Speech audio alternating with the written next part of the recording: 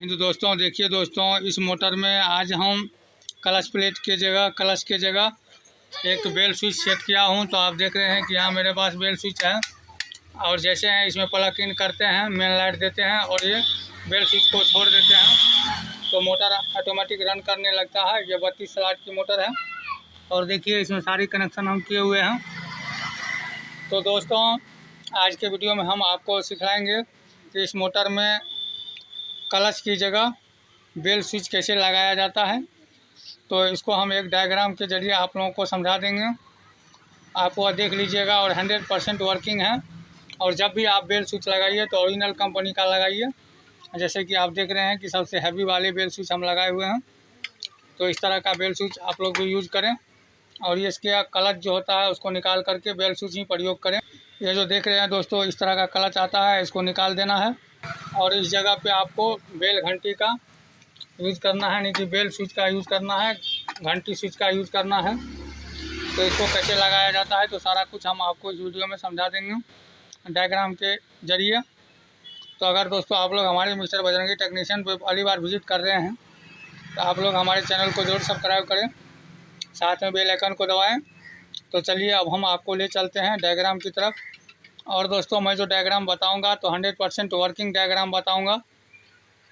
तो बहरहाल आप लोग वीडियो को पूरी देखिए। तो अब आइए आप लोगों को ले चलता हूँ डायग्राम की तरफ और दिखलाता हूँ कि इसका कनेक्शन किस तरह से किया जाता है। तो चलिए अब हम लोग डायग्राम की तरफ चलते हैं। दोस्तों, उससे पहले बता दूं कि अगर आप लोग हमारे mister Bajrangi technician YouTube channel पे पहली बार विजिट कर रहे हैं तो आप लोग हमारे चैनल को जरूर सब्सक्राइब करें।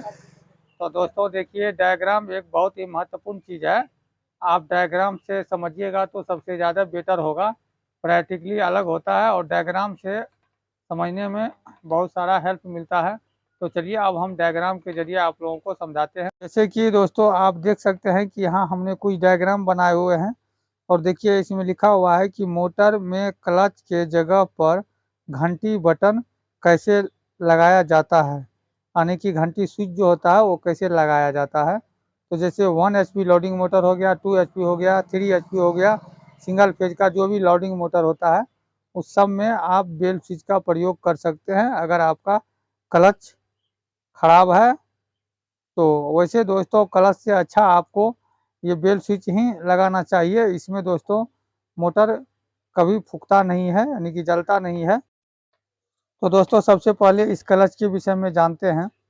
देखिए क्लच के इस तरफ से आपको कंडेंसर का स्टार्टिंग कंडेंसर का एक वायर लगा हुआ रहता है और इस तरफ में स्टार्टिंग कॉइल का स्टार्टिंग वायर और रनिंग कैपेसिटर का वायर लगा हुआ होता है। तो दोस्तों जब ये बंद अवस्था में रहता है तो ये एक दूसरे से चिपका हुआ रहता है और जैसे हम इसमें करंट फ्लो करेंगे तो ऑटोमेटिक ये हट जाता है और ये रन पे काम करना शुरू कर देता है। तो सेम उसी तरह से बेल स्विच का काम होता है। जब आप बेल स्विच को दबा के रखिएगा और लाइट दीजिएगा, छोड़िएगा तो ये रन पे काम करना शुरू कर देगा और स्टार्टिंग का पॉइंट हट जाता है। तो चलिए अब इसका तो हम कोई काम में अभी नहीं लेंगे क्लच का, तो क्लच को हम साइड में रखते हैं और आपको डायग्राम के जरिए समझाते हैं कि इसको किस तरह से किया जाता है। तो आइए, जैसे कि हमने आपको बता दिया है कि 1 HP हो, 2 HP हो, 3 HP हो, सिंगल फेज का जो भी लोडिंग मोटर होता है सभी में आपको बेल स्विच का प्रयोग करना है। तो देखिए इस पर हमने मोटर बनाए हुए हैं। तो देखिए इसका R1 जो हमने नाम दिए हैं, तो एक रनिंग का फेज दोस्तों इस पर हमने कॉयल बनाए हुए हैं। तो इसमें हमने 4 लूप निकाले हुए हैं, एक रनिंग का और एक स्टार्टिंग का, एक रनिंग का, एक स्टार्टिंग का। तो जैसे कि आपको पता है एक रनिंग और एक स्टार्टिंग मिलकर के कॉमन हो जाता है।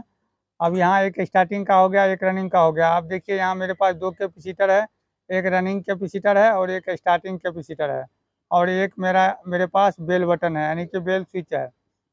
तो चलिए अब इसका कहानी तो यहाँ समाप्त हो जाता है क्योंकि एक रनिंग और एक स्टार्टिंग मिला के कॉमन हो गया।